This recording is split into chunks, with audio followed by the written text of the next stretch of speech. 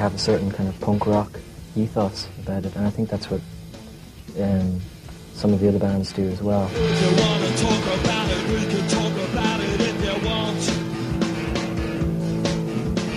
If you want to laugh about it, we can laugh about it if you want. The punk thing has been around for a long time. There's been groups bringing over bands that affected us, that we were able to see, small American bands that wouldn't have happened without the punk being here in Ireland. We can fight about it if you want. Just interesting for me to go and to see all these different places, to meet these people. It's like, hey, we have something in common, even though we're like, 3,000 or 4,000 miles apart. Outside of big companies, therapy, for example, have shown a route from the garage to mega stardom, or whatever you want to call it, They've really kind of unified a Dublin scene, and they didn't have to do that if they didn't want to, but they decided to, put out records for people, and that's cool.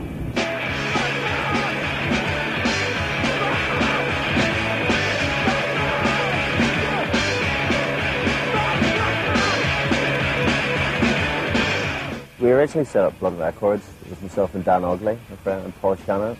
He'd just been made redundant, so he had some redundancy money. Dan had saved some money left aside, and I've got some money that had started to come in from therapy.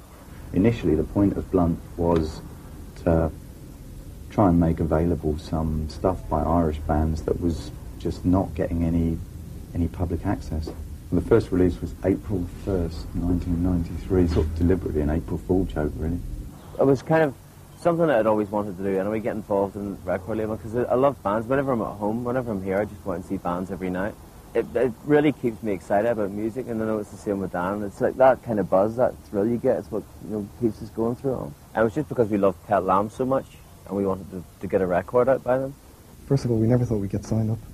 We never thought we'd make any money. We just wanted to piss people off, get drunk and fall down and make noise. Pet Lamb had a releasable DAT of material that was supposed to be being released in America, and the whole thing fell through, so it was sitting there waiting. We decided we wanted to do something with it.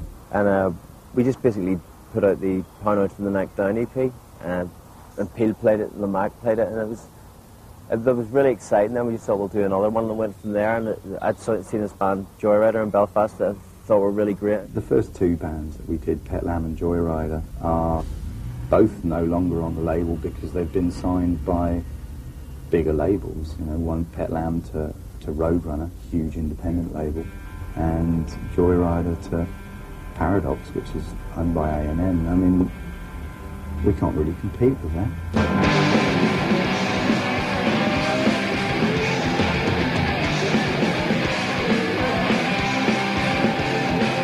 Next thing, all these kind of punk bands were being signed up. So we cashed in.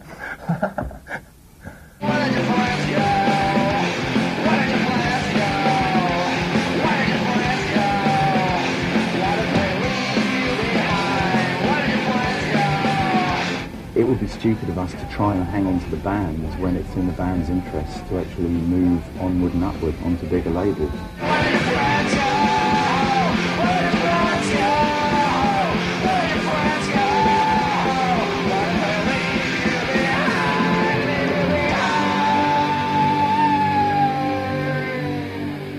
I think what we really want to do now is kind of expand it a bit more. At the minute it's all 7-inch, 12-inch single formats, and we'd like to do an album with somebody, maybe the Mexican Pets, get a full-length album. It's great to be independent. It's brilliant to be independent. You have full control of your output and the way you want to sell it. When you're assigned to a major, all these have stopped. They're just a bank. A major label is like a major bank. It doesn't cost money to make a record. It costs money to promote and distribute a record. And that's what a major international company can give you. It's not what Dead Elvis and Blunt and Independent and whoever else are after. That's not what they're about.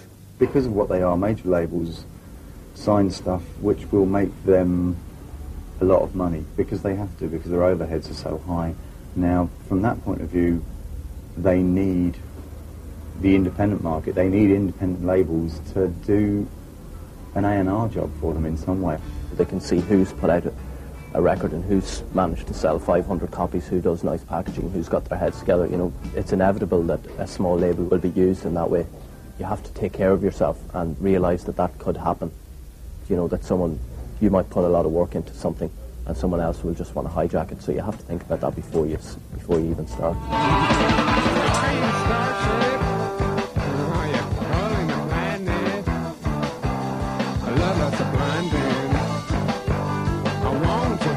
There are a few bands who will refuse to get sucked in and who will have less success, but inevitably everything has to follow certain corporate rules because it's part of an industry.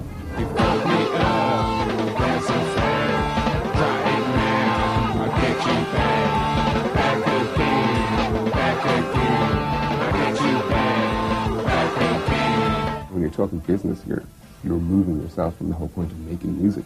You're talking business because you have to pay people to set up your lights and do your sound for you, and you're supporting people, and then you've just got like, you are not just a rock and roll band anymore. You are a business, and you've got to sell X amount of records, and if you don't sell them, then you can't make another record, and if you don't get people to come to your show, then you can't go out and play a show in the same place. You have to move to a small place, and you have to sack a few people, and that's all boring.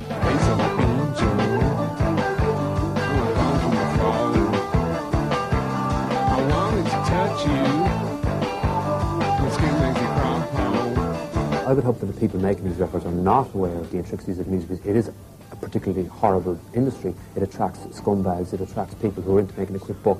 Pop music is so temporal that it's easy to get in, make your dollar and get back out. And I think that I think it's a naivety that's driving these people along.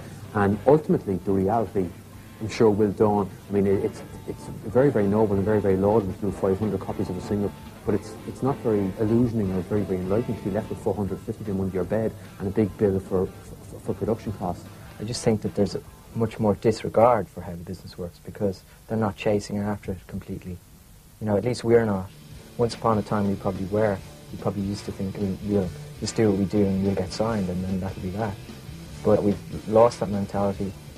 We don't necessarily completely understand how all the business works because we just don't really care about it anymore. It's just a matter of trying to make music and trying to earn a living from it. And if we get signed, then that's great. I mean, we'd like to.